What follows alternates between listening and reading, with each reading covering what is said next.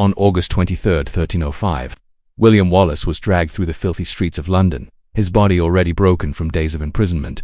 What awaited him was not simply death, but something far worse, a spectacle of suffering designed to echo through the ages. The crowd gathered not out of sympathy but out of obligation, because in medieval Europe, witnessing pain was how you learned obedience. History wants us to remember castles and chivalry, knights in gleaming armor and kings who ruled with noble hearts. But that story is a lie, polished and perfected over centuries to hide something far darker. The truth is that medieval Europe was built on terror. Beneath every crown was not wisdom or virtue, but an understanding of one simple fact: fear controls people more completely than love ever could. The kings of medieval Europe didn't just rule their kingdoms, they carved their authority into human flesh. They understood that a throne secured by admiration could crumble overnight. But a throne secured by nightmares, by public screams, and rotting corpses displayed on city gates, that throne would stand for generations. When Edward I ordered Wallace's execution, he didn't just want him dead. He wanted his death to become a legend of horror. Wallace was hanged until nearly unconscious, then cut down while still breathing. His abdomen was opened, his intestines pulled from his body and burned before his fading eyes. Only then was he beheaded, and his body hacked into 4 pieces, each quarter sent to a different corner of the kingdom.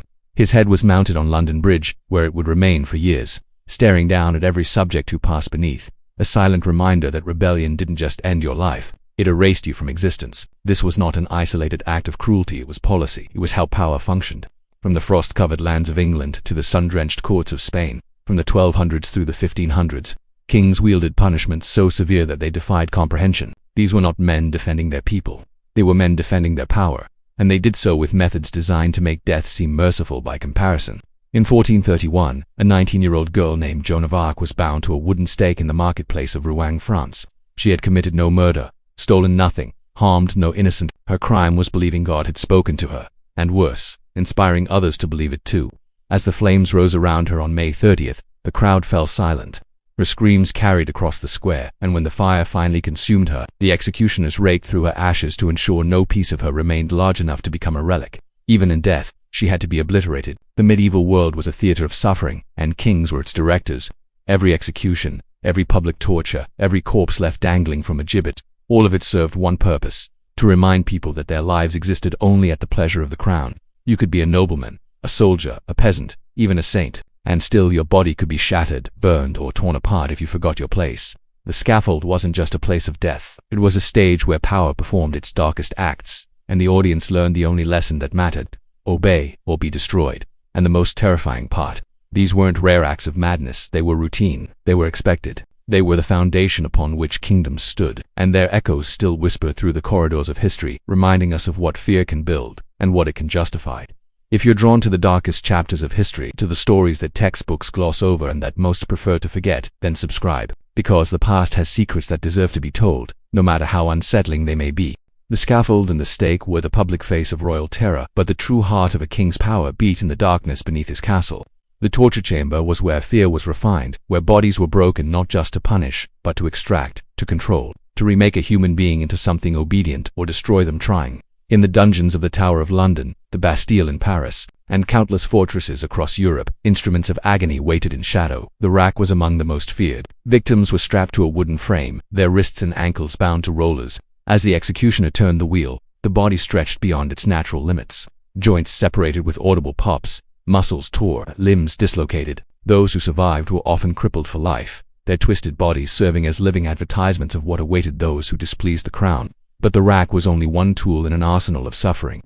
The Judas cradle forced victims to sit on a sharp pyramid, their own weight slowly impaling them over hours or days. The pear of anguish, a metal device inserted into the mouth or other orifices, expanded with each turn of a screw until flesh ripped apart. Hot irons branded skin, not just to mark but to scar permanently, ensuring shame followed survivors into every corner of their lives. These weren't random acts of sadism. They were calculated. In 1605, Guy Fawkes was tortured in the Tower of London after his failed attempt to blow up Parliament. His signature before torture was firm and clear. His signature after, assuming he could hold a quill at all, was a barely legible scrawl.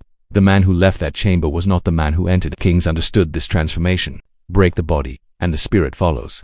Extract a confession, and use it to justify the execution that was always coming anyway. But physical pain was only half the strategy.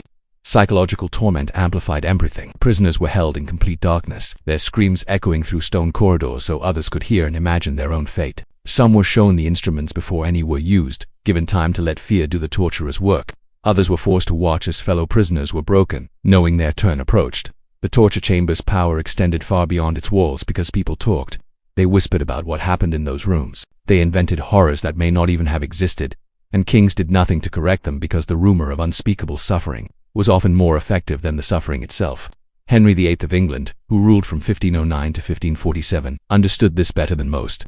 His reign saw the torture and execution of advisors, wives, religious dissidents, and anyone who questioned his authority. Sir Thomas More, once his closest friend and Lord Chancellor, was imprisoned in the Tower in 1534 for refusing to accept Henry as head of the Church of England. Though there's no evidence More was tortured, the threat was always present, hanging over him like a blade. When he was finally beheaded on July 6, 1535, his head joined others on London Bridge, another piece in the king's collection of warnings. But perhaps most chilling was how thoroughly these punishments destroyed not just individuals but entire legacies. After execution, traitors' lands were confiscated, their titles erased, their families cast into poverty and disgrace. Children bore the stain of their parents' crimes. Widows were shunned. Names were struck from records as if they had never existed. This wasn't just about ending a life. It was about erasing it, ensuring that rebellion offered no path to martyrdom, only to oblivion. The medieval kings who ordered these punishments are long dead. Their dungeons have crumbled, their torture devices rusted into museum pieces, their kingdoms transformed into modern nations. Yet the lesson they taught remains disturbingly clear. Fear, when wielded with precision and spectacle, can control populations more completely than any army. It can silence dissent before it finds voice. It can turn neighbor against neighbor, family against family. As people learned that survival meant obedience and obedience meant silence, these were not just punishments. They were the architecture of power itself, built from screams and maintained by terror. And as we look back across the centuries at the bodies broken on racks, the heads mounted on spikes, the ashes scattered from burnt stakes, we are left with an uncomfortable truth. Those who rule through fear understand something fundamental about human nature, something that time has not erased and history has not forgotten. What haunts you most about these punishments? The public spectacle, or the hidden torture? Leave your thoughts in the comments below, because these stories deserve to be remembered no matter how dark they are.